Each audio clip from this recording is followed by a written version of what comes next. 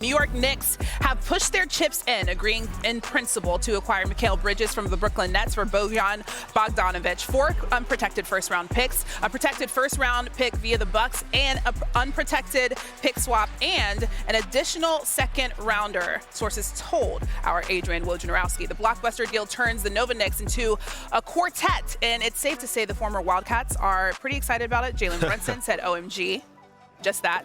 Josh Hart, yo, we bleeping lit. Can't say that on TV. And Mikal Bridges said, this is crazy, LOL. And just because Donte DiVincenzo wasn't active on social media, it doesn't mean he wasn't excited about it.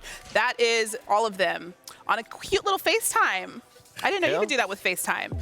Okay, so we've been waiting for the Knicks to make a move to kind of shake things up a bit the last several years. They finally got it done last night. Why now, and why Bridges? Well, he became available, and players like Mikal Bridges do not become available in the NBA. And when they do, you're going to have to pay a premium. What the Knicks have done is they have hoarded their draft picks. 2 years ago, they put limits on how far they would go in a Donovan Mitchell offer. But they had 9 draft picks that they could put into a trade last night. They put in 4 of their own unprotected picks. That's a lot. The Bucks pick, and Mikal Bridges just fits perfectly, the obvious chemistry with the Villanova group, with the Knicks. But you are trying to beat the Boston Celtics in the East. You're trying to beat them in the NBA. And what the Knicks have done in their 2 major moves here in the last several months, OG Anunoby prior to the trade deadline, and now Mikal Bridges, 2 high-level, 2-way wing players. And if you're going to be Boston, you better have those kinds of wings. And so they paid a premium, certainly, for Bridges. But you have to. And again, those kind of players don't become available. And if you're the Nets, the Knicks aren't winning a tie with another team out there. Your preference isn't necessarily to keep him in your own town. They had to beat out several teams who had been aggressive for months. Memphis, Utah. These are teams who had been after Mikal Bridges. No shortage of teams around the league. He fits anywhere. And now the goal certainly for the Knicks is, to get a OG Anunoby free agent deal done. But this heated up yesterday. From the afternoon into the evening, they're started to get traction on this. And when the Nets were able to get their picks back from the Houston Rockets in that trade. So now if you're the Nets and you're essentially tanking, if you're going to be at the bottom of the lottery, you want to have your own draft pick. You don't want it to go into the Houston Rockets. So they had to send them their Suns picks. And now if you're the Nets, 16 first-round picks, 4 first-round picks next year, in a really, really deep, elite 2025 draft class. Perk, I'm going to ask you this because obviously, as I mentioned, we've been waiting for the Knicks to make a big move. I feel like people expected it to be a little bigger. We've been talking about guys over the last few years. Do you feel like Mikal was the right guy for them to make this move with? Hell yeah, he definitely wasn't the wrong guy. And like Woj said, when you get an opportunity to get your hands on a player like Mikal Bridges, you do it. That's almost like receiving tax-free money. You know what I mean? When you get tax-free money, you know that feeling, right? So when I think about Mikal Bridges, he's the Knicks' Drew Holiday. What Drew Holiday is to the Boston Celtics, that's what he's going to be for the New York Knicks. An ultimate 2-way player. We know that he defends at a high level. A guy that could possibly be in the Defensive Player of the Year conversation night in and night out. Last season, he averaged, 26 points per game. So he's proven that he could get buckets, and he's proven that he could play his role for us, knocking down threes, one of the best slashers at the basket, and do it at a high efficient level. So the Knicks won. They saw what Boston did, and you got to have pieces to beat Boston. You got to have those perimeter players and defenders, and he's one of the best out there. I would say it's Jalen Brown and Drew Holiday, and then one could argue it's Mikal Bridges that's available. 1As don't become available. They just don't become available in the NBA. And there is a salary cap, and Mikal Bridges has a contract that fits in with this Knicks team. They're going to have to pay a lot of money to keep OG Anunoby. Boston's still probably going to have the best player in any series against the Knicks. Maybe they have the best 2. But I think if you're the Knicks, what you're trying to do is beat them with your depth, beat them with your chemistry, beat them with, these elite wings. You're not going to find a better player necessarily than Jason Tatum, but this is the net. I think for the Knicks, this is their way to put a group together that can compete and try to be better than them, maybe 1 through 10. And you guys hit it on the head. Culture-wise, this move fits. You got a guy that obviously has played and gets along with his other coworkers.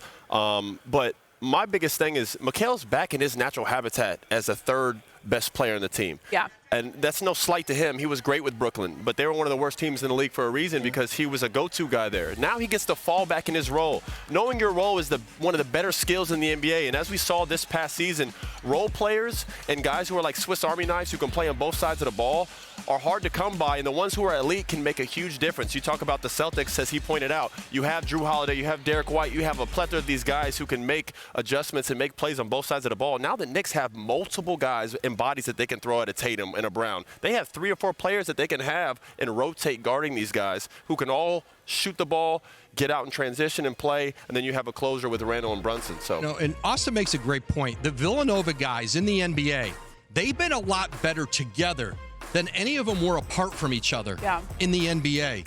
And you're not trying to put an all-star team together. You're trying – chemistry is hard to have in the NBA.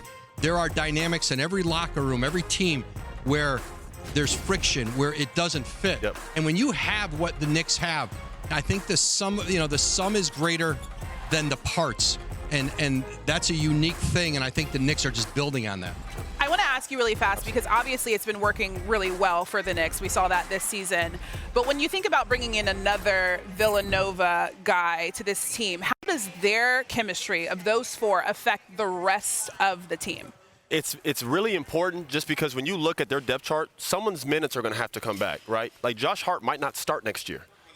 That's really important that the person that's starting in front of him is someone he considers as a friend and someone that he's willing to back up and support. You can't start all of them. You can't start DiVincenzo and Josh Hart and Mikal Bridges and OG and Randall. It's just not going to work. They're undersized for one, and a lot of those guys do similar things. So I think it's very important, like Woj said and like CJ said, that these guys get along and actually enjoy not only hanging out with each other off the court, but actually playing with each other, and that it leads to success. I think it's a big deal. Okay, so what were you going to say? I feel like they don't have that problem, right? They don't have to worry about in locker room problems or issues or guys talking about guys behind their back. They've established a culture.